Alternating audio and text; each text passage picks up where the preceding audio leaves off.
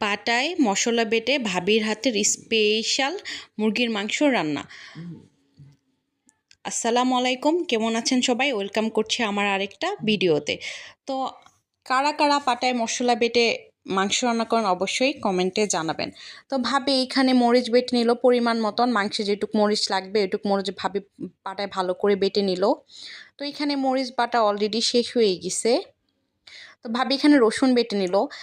আর আমার ভিডিওর আগে ভাবি আরও কিছু মশলা বেটে নিছে, বাট আমি ওইটা ভিডিও করতে একদম ভুলে গেছি।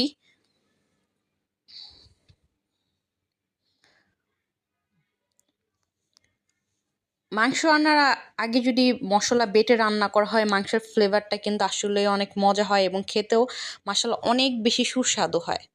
তো ভাবির এখানে বাটাবাটি অলমোস্ট শেষ হয়ে গেছে। এখন ভাবি মাংসগুলোতে একটা কড়াইতে নিয়ে নিল।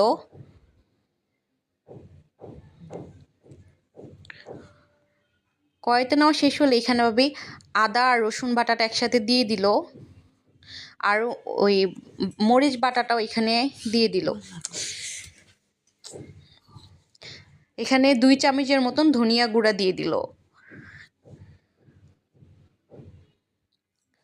আর এখানে জিরা বাটাও দিয়ে দিল পরিমাণ মতো।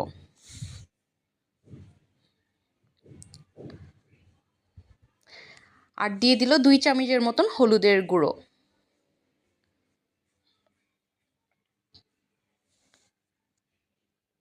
আর পরিমাণ মতন লবণ। আর পেঁয়াজ কুচি। আর এখানে পরিমাণ মতন তেল দিয়ে নিল। এখন তেল দেওয়া শেষ হলে মাংসটাকে ভালো করে সব মশলার সাথে মাখিয়ে নেবে। আর মাখানোর কাজটা একটু ধীরে সুস্থিতে করলে মাংসের ভিতরে ভালো করে মশলাটা ঢুকে।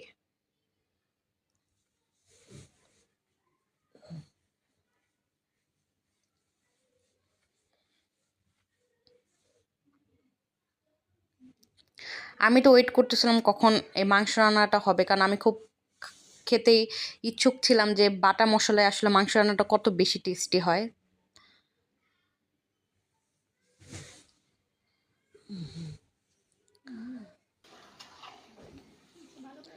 তো অলরেডি ভাবি চুলায় দিয়ে দিছে।